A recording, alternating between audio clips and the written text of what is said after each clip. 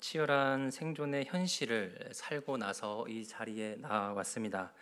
성도는 이 주일에 예배가 끝나고 다시 이 치열하게 서로 이제 누르는 그래야만 살아남는 이 현실을 다시 한번 살아가게 되는데요. 성도는 예배에서 이제 철저하게 살아가야 할 뿐만 아니라 이러한 치열한 경쟁의 현실 속에서도 이제 철저하게 살아내야 합니다. 그러면서도 지혜를 가지고 거룩을 지키며 살아가야 합니다. 예수님께서 이렇게 말씀하셨지 않습니까? 뱀처럼 지혜롭고 양처럼 비둘기처럼 순결하라라고 이렇게 말씀하시지 않았습니까? 그래서 성도의 삶은 이제 일반의 이 생존의 현실에서 이 다툼을 피할 수가 없는데요. 현실에서는 이제 다툼을 통해서 자기 어떤 유리한 고지를 차지하기 하기 위해 치열한 혈투를 벌입니다. 그런데 이 다툼이 교회 안에, 그리고 요즘 현 시대에서는 교회 안에 그리고 성도들 간에 이러한 다툼도 많이 보이는 모습을 우리가 보게 되는데요. 이 다툼이 교회 안에서 벌어지기 시작하면 문제가 좀 심각해집니다. 왜냐하면 다른 믿지 않는 사람들이 이 교회 안의 분열과 다툼을 통해서 예수님의 복음을 받아들이는 데 있어서 문제가 되기 때문이죠. 오늘 본문에서도 이러한 다툼이 하나님을 아는 사람들 사이에서 드러나기 시작합니다. 오늘 본문 13장에 보시면은 이렇게 되어 있습니다. 7절인데요. 그러므로 아브라함의 가축의 목자와 롯의 가축의 목자가 서로 다투입니다. 하나님을 아는 하나님을 아는 사람들끼리 서로 다투는데 그 자리에 그 영역에 누가 있었냐면 하나님을 믿지 않는 가나안 사람과 브리스 사람도 그 땅에 함께 거주했던 것이죠. 그러면서 이 사람들이 하나님을 알고 그리고 하나님을 섬기는 사람이라고 하는 것을 아는데도 불구하고 이러한 다툼이 벌어지면 어떻게 하나님의 복을 이 사람들에게 전할 수가 있겠습니까? 그래서 하나님께서는 오늘 본문을 통해서 우리에게 그 다툼이 일어나는 원인에 대해서 우리의 모습을 비춰보게 하시는데요. 그래서 이 두 사람의 모습을 드러내시면서 우리가 닮지 말아야 하는 것과 그리고 우리가 신앙을 성숙하게 하기 위해서 우리가 따라가야 하는 그런 모습을 우리에게 보여주고 계십니다. 그렇다면 하나님께서는 오늘 우리가 피해야 할 것과 우리가 따라가야 할 것이 무엇인지를 한번 성경을 통해서 살펴보도록 하겠습니다. 하나님께서 우리에게 말씀하시는 첫 번째는요, 성도는 세상을 목표하는 사람이 되면 안 된다는 것입니다. 성도가 세상에서 철저하게 사는 것과 그리고 세상을 목표한다는 것은 전혀 다른 의미입니다. 세상을 목표한다는 것은 세상의 것을 최고의 가치로 보는 것을 의미합니다. 구체적으로는요, 내 선택의 기준이나 아니면 내 삶의 최우선의 가치가 이제 그 뿌리가 세상의 기준임을 의미합니다. 그래서 세상을 목표하는 사람의 선택은 늘 세상의 기준을 따르며 세상의 가치를 위해서 행동해 나갑니다. 오늘 본문에서 드러나는 이 롯은 전형적인 세상을 목표로 하는 사람이었는데요. 오늘 본문에서 다툼이 발생할 때 롯의 목자들과 아브라함의 목자들의 사이에서 다툼이 벌어집니다. 그런데요, 이 다tum의 특징은 무엇이냐면 유목민들 사이에서 질 좋은 초지를 두고 서로 말다툼을 벌이고 서로 좋은 자리를 차지하기 위한 쟁탈전과 유사합니다. 내가 이 좋은 자리를 차지해야 내 가축을 먹일 수 있고 내 소유를 안정시킬 수 있기 때문에 반드시 이 목초지를 차지해야만 하는 것이죠. 여러분, 우리의 현실도 마찬가지 아닙니까?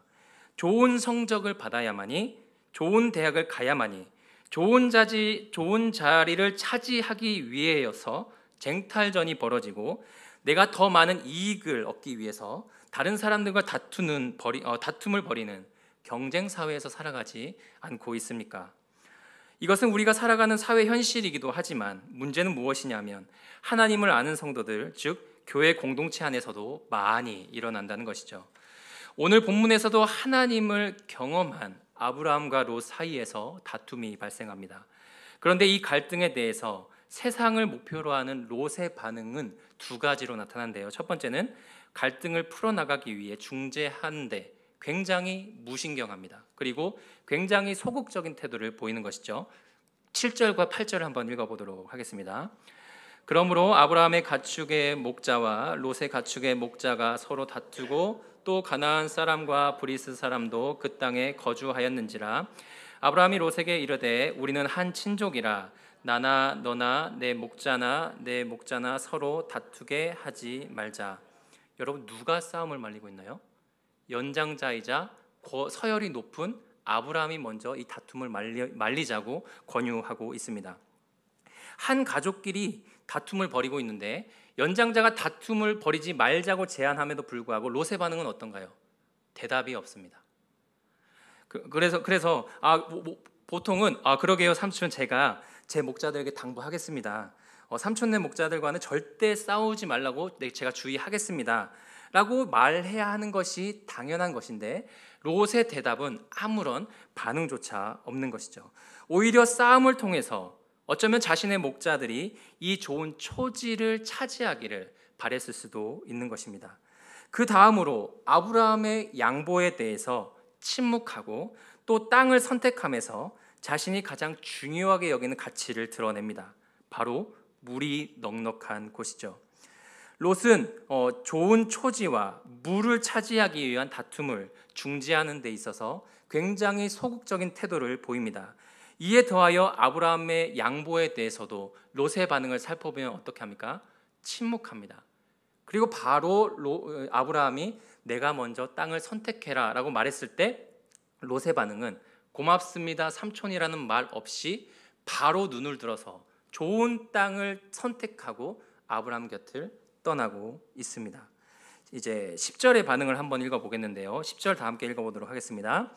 이에 롯이 눈을 들어 요단 지역을 바라본즉 소알까지 온 땅에 물이 넉넉하니 여호와께서 소돔과 고모라를 멸하시기 전이었으므로 여호와의 동산 같고 애굽 땅과 같았더라. 롯이 제일 좋은 땅을 선택하는데 그 기준이 무엇인가요? 물이 넉넉함입니다. 지금까지 본문에서 드러나는 롯의 반응들과 이 롯의 선택들을 볼 때 롯의 목표는 무엇인가요? 바로 물이 넉넉한 곳과 내 소유를 지킬 만한 물과 초지를 이제 차지하는 데 온 신경을 다하고 있습니다. 그렇기 때문에 이제 아브라함과 벌어진 다툼 속에서 굉장히 소극적인 태도를 취했던 것이죠. 그러면 롯은 아브라함의 관계에서 왜 이러한 소극적인 태도를 띠게 된 것일까요? 왜 그렇게 목초지와 물에 집착하게 된 것일까요? 그것은 애굽에서의 경험 때문이었습니다. 창세기 12장에서 애굽의 경험은 롯으로 하여금 애굽을 향한 목표로 향하게 했습니다. 12장에서 아브라함과 롯은 애굽에서 하나님의 은혜를 경험하는데요. 아브라함의 경우에는 어떻습니까? 아내를 빼앗깁니다. 그런데 하나님의 은혜로 아내를 되찾고요. 그리고 하나님의 은혜로 이 기근을 이겨낼 수 있는 충분한 가축과 금과 은을 하나님께서 허락해 주십니다.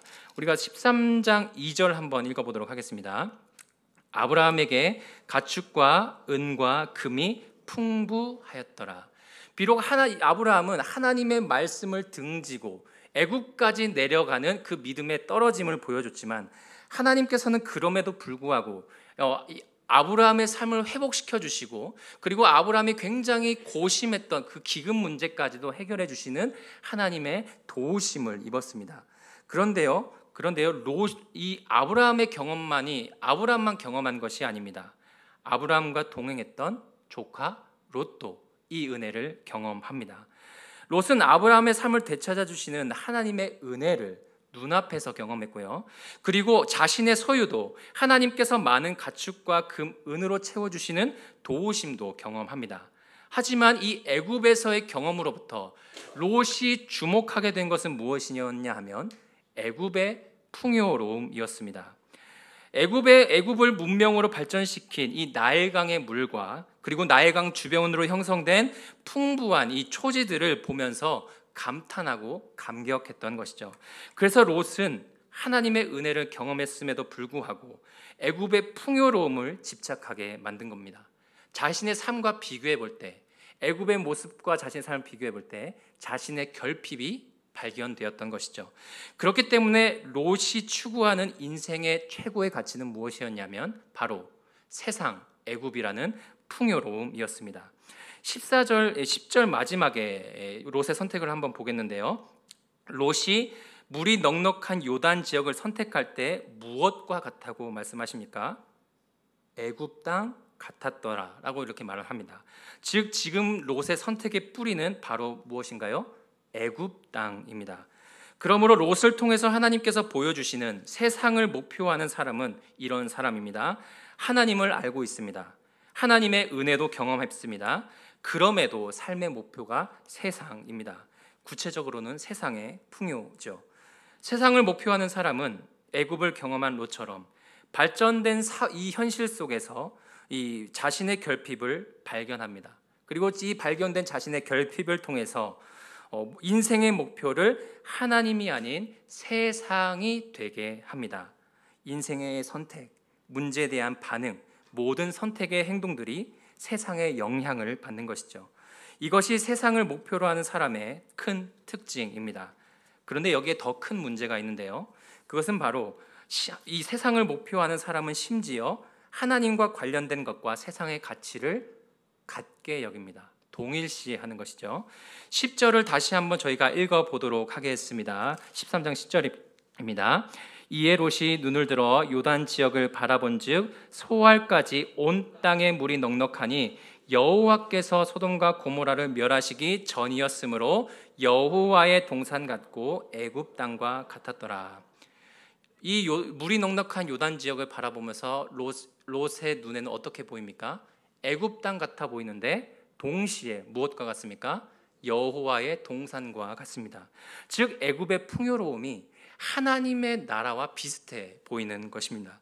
그렇기 때문에 하나님께서 임하시는 은혜의 자리는 롯에게는 어떤 자리인가요? 물이 넉넉한 곳입니다. 하나님께서 함께 하시는 자리는 어떤 자리인가요? 하나님께서 애굽 땅처럼 풍요롭게 하시는 자리입니다.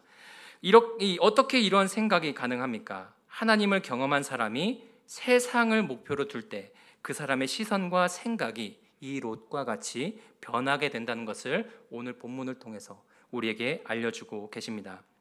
하나님의 축복이 무엇과 동일시되나요? 애굽의 풍요로움입니다. 여러분, 우리가 생각해 본다면 하나님의 부흥이 무엇과 동일시됩니까? 사람의 많고 적음으로 동일시되는 겁니다. 본질적으로는 그게 아닌 것이죠. 그러면 우리의 삶을 한번 돌아보도록 하겠습니다. 하나님의 말씀을 우리는 배웠습니다. 그리고 하나님의 은혜를 알고 하나님을 경험한 우리는 이 치열한 경제 사회의 경험에서 어떤 목표를 가지게 되었습니까? 어떤 가치가 가장 중요하게 생각하게 되었나요? 혹시 하나님의 은혜와 복 그리고 형통하게 하심이 세상의 가치로 해석하고 있는 것은 아닙니까?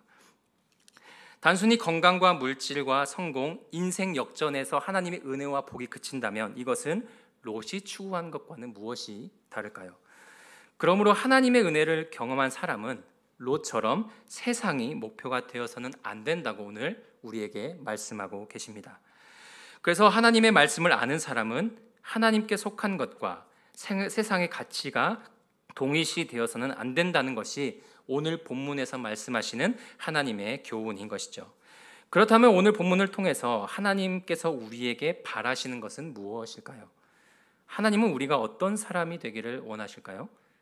이것은 하나님께서 오늘 우리에게 말씀하시는 두 번째 교훈입니다. 즉 성도는 하나님을 목표로 하는 사람이 되어야 한다는 것이죠. 하나님을 목표로 하는 사람은 하나님을 삶의 최고의 가치로 두는 사람입니다. 자신이 닥친 문제에서 하나님의 기준으로 반응하는 사람이고요. 인생의 수많은 선택들 속에서 하나님에 속한 것을 최고의 목표로 선택해 나가는 사람입니다. 하나님을 목표하는 사람은 오늘 본문에서는 아브라함의 모습을 보게 되는데요. 아브라함은 하나님을 목표하는 사람의 전형적인 모습입니다. 본문을 통해서 한번 살펴보겠는데 아브라함도 지금 동일하게 다툼을 겪고 있죠. 그렇죠? 그런데 독특한 점이 보입니다. 질 좋은 목초지를 두고 아브라함의 목자들과 롯의 목자들이 다툼이 벌어질 때 아브라함이 취하는 선택은 롯의 반응과는 전혀 다른 반응입니다. 먼저 다툼에서 소극적인 롯의 태도에 반대해서 아브라함은 적극적으로 이 다툼을 중재하려고 합니다. 여러분, 고대 이 아브라함 시대의 이 사회에서도 현대와 마찬가지로 이 경제적인 이권을 가지고 서로 다투는 상황이 동일하게 있었는데, 우리가 한번 고대 마리 문서를 한번 읽어보도록 하겠습니다. 한번 읽어봐주세요. 양과 소의 우물 물길 때문에 서로 주목이 오가고, 푹신한 좋은 초지를 두고 두 사람이 주먹 다짐이 펼쳐집니다. 이게 고대 사회에서 벌어진 기록인데요. 그것은 무엇이냐면, 고대 시대에도 이제 가축이 우물을 사용하기 때문에 목자들 사이에서 이 물을 차지하려고 폭력까지도 동원하면서 이 우위를 점하려고 한다는 것입니다. 따라서 본문에 나타나는 아브라함의 목자들과 롯의 목자들이 이 초지와 물 때문에 이제 생긴 다툼은 고대 사회에서도 자주 일어났던 경제적인 이권을 위한 투쟁이고요. 그리고 이제 우리에게도 마찬가지로, 현 시대에도 마찬가지로 우리가 이권을 차지하기 위해서 얼마나 많은 혈투를 벌이는지는 모릅니다. 그런데 아브라함은 이 유리한 이권을 차지하기 위해서 주변 사람들이 폭력을 사용한다면, 아브라함은 무엇을 사용하냐면 전혀 다른 방식으로 사용하는데요. 그것은 8절입니다. 한번 읽어보도록 하겠습니다. 아브라함이 롯에게 이르되 우리는 한 친족이라 나나 너나 내 목자나 내 목자나 서로 다투게 하지 말자입니다. 여기에서 서로 다투게 하지 말자를 이제 직역해 보면 이렇습니다. 제발 나와 너 사이에 다툼이 일어나지 않도록 하자라고 이렇게 요청하는 것이죠. 아브라함은 싸움을 중재하기 위해서 강압적인 명령이나 자신의 서열을 이용하지 않습니다. 자신의 권력을 이용해서 롯의 선택을 찍어 누르지도 않습니다. 롯에게 정중하고도 간절히 간청합니다. 따라서 하나님을 목표하는 사람은 내 옆 성도와 다툼이 일어났을 때 나의 유익을 위해서 싸움을 더 키우는 사람이 아니라 다툼을 없애기 위해서 적극적으로 중화해하는 방향으로 한다는 것을 우리에게 가르쳐주고 있습니다. 그 다음으로 아브라함은 롯에게 먼저 선택권을 이렇게 넘겨주는 모습을 볼 수가 있습니다. 여러분, 앞서 언급했듯이 물과 초지는 유목민들에게 굉장히 중요한 것이라고 제가 말씀드렸는데요. 이 물과 초지를 뺏기면 가업이 완전히 망가집니다. 생업이 완전히 사라지는 거예요. 하지만 아브라함은 이 유목민들에게 가장 중요한 것임에도 불구하고 자기보다 한참 어린 조카에게 그냥 넘겨줍니다. 왜냐하면 이 아브라함의 선택은 그 당시 족장들이 먼저 선택했던 이 삶의 방식에서 전혀 다른 선택을 하는 모습인데, 고대 토지 노약 계약 문서를 한번 띄워주시겠습니까? 네, 한번 읽어보겠습니다. 왕이 노획한 밭을 먼저 차지하고 형제에게는 뒤를 준다. 이 계약 문서에서 볼 수 있듯이 고대 사회에서도 왕이 먼저, 서열이 높은 사람 먼저 선택하게 되어 있습니다. 하지만 아브라함의 선택은 이 사회 통념과는 전혀 구별된 선택을 지금 하고 있습니다. 아브라함이 보여주는 이 사회 통념을 뒤집는 선택은 하나님을 목표하는 사람이 갈등에 어떻게 반응해야 하는지, 어떻게 해결해야 나가는지를 우리에게 보여주고 있습니다. 하나님을 믿는 성도는 서열과 권력을 동원해 싸움을 중재시키는 사람이 아니라 서로 양보하고 화해하면서 갈등을 풀어나가는 방식으로 선택해 나가는 사람들인 것이죠. 여러분, 아브라함과 같은 방식을 선택하는 사람을 사회에서는 어떻게 보시는 줄 아십니까? 호구로 봅니다. 호구. 그리고 에이그 저저 세상 물정 모르는 사람, 세상 무서운 줄 모르는 사람, 저 이용만 당하는 사람, 이렇게 혀를 차면서 그 사람을 봐요. 하지만 그런데 하나님의 시선에서 아브라함의 방식은 하나님을 목표하는 사람이 문제를 해결하는 방식임을 우리에게 보여줍니다. 어떻게 이렇게 남다른 선택을 할 수가 있을까요? 아브라함도 애굽의 경험 때문입니다. 여러분, 아브라함도 애굽에서 똑같이 믿음에 떨어지고 삶이 거의 파멸에 이르는 경험을 하게 되는데, 그럼에도 불구하고 하나님께서 아브라함의 삶을 되찾아 주시는 경험을 합니다. 아브라함의 기금 문제를 충만하게 해결해 주시는 도움도 얻게 되죠. 그래서 아브라함에게는 자신의 밑바닥임에도 불구하고, 자기가 지금 이 모든 삶의 결핍이 다 드러났음에도 불구하고 여전히 자신의 삶을 되찾아 주시는, 신실하신 하나님을 보게 된 겁니다. 믿음에서 떨어짐에도 불구하고, 자신이 믿음에서 넘어짐에도 불구하고 여전히 자신의 삶을 책임져 주시는 하나님을 경험했기 때문에 아브라함은 애굽의 경험에서 자신의 결핍과 부족함을 보는 것이 아니라, 애굽의 풍요로움도 보는 것이 아니라 자신과 함께하고 계시고 자신의 삶을 책임져 주시는 하나님께 주목하고 집중하게 된 것이죠. 그래서 아브라함은 다시 처음 제단을 쌓은 곳으로 돌아올 수가 있었던 것입니다. 13장 4절 한번 읽어보도록 하겠습니다. 그가 처음으로 제단을 쌓은 곳이라 그가 거기에서 여호와의 이름을 불렀더라. 그래서 아브라함이 자신이 머물러야 할 자리가 어디인지 분명히 알았습니다.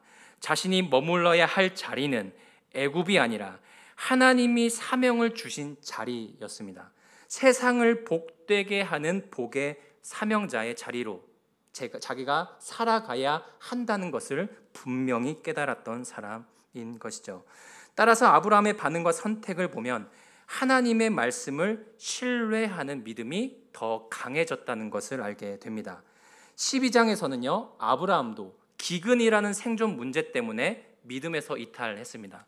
하지만 13장에서는 비슷한 문제가 발생했을 때 오히려 롯의 행복을 위해서 자신의 모든 선택권을 넘겨주는 선택을 하는 모습을 봅니다. 왜냐하면 하나님의 약속을 믿는 믿음이 더 강해졌기 때문이죠.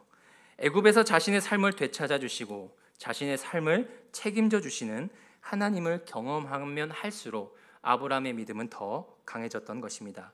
하나님은 그분이 말씀하시면 다른 방식으로도 분명히 이루실 수 있는 분이라는 것을 아브라함은 신뢰했던 것이죠.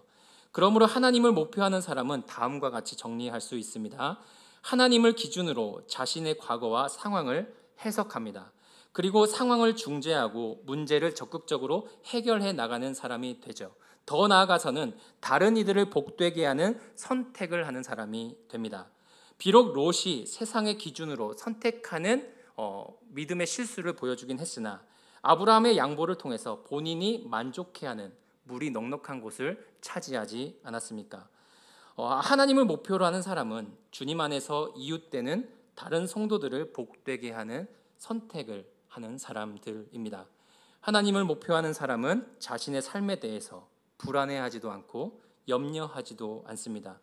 왜냐하면 하나님을 믿는 믿음이 더 강해졌기 때문이죠. 자신의 삶을 회복시켜 주시고 자신의 삶을 반드시 책임져 주실 것이라는 하나님을 신뢰하는 것입니다. 그렇기 때문에 다른 성도들의 삶을 복되게 하는 선택에 주저함이 없는 것입니다.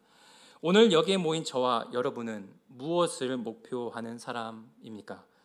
하나님께서는 오늘 본문을 통해서요, 하나님의 은혜를 경험하고도 세상을 목표하는 롯과 하나님을 목표하는 아브라함, 이 두 사람을 보여주십니다. 세상을 목표하는 사람은 세상에서 발견한 자신의 결핍을 기준으로 세상의 가치에 집착하는 사람이고 세상의 어떤 풍요로움을 목표하며 살아가는 사람입니다. 반면에 하나님을 목표로 하는 사람은 하나님의 은혜를 경험하면서 세상을 살아가는 중에도 하나님을 향한 이 믿음이 약해지지 않는 사람인 것이죠. 하나님의 약속을 신뢰하며 적극적으로 하나님의 기준을 따라 선택하는 사람입니다. 문제를 만나더라도 하나님의 사명감을 가지고 다른 사람들에게 복이 되게 하는 선택을 하며 문제를 해결해 나가는 사람들입니다. 여기 계신 저와 성도님들 그리고 우리 청년분들, 우리는 우리가 마주한 현실, 수많은 문제와 갈등 속에서 어떻게 반응해 나가고 계십니까? 어떤 가치를 중요하게 여기며 어떤 방식으로 문제를 해결해 나가려고 하십니까? 하나님께서는 오늘 본문을 통해서 롯처럼 살아가면 안 된다고 말씀하십니다. 아브라함처럼 사명을 가지고 하나님의 가치를 즉 하나님을 최우선의 가치로 여기며 다른 사람의 삶을 복되게 하는 복의 사명자로서 살아가기를 원하시고 계십니다. 그러므로 우리 모두 아브라함처럼 나의 삶을 책임져 주시는 하나님을 경험하는 성도들이 되시기를 바랍니다. 그리고 축복합니다. 그래서 이 하나님의 축복과 함께 하심을 경험하면서 하나님의 복의 사명을 가지고 우리 삶에서 벌어지는 이 갈등을 중재하며 다른 이들에게 복이 되게 하는 선택을 하면서 문제를 해결해 나가시는 저와 모든 한일의 성도님들이 되시기를 주님의 이름으로 축복합니다. 기도하시겠습니다.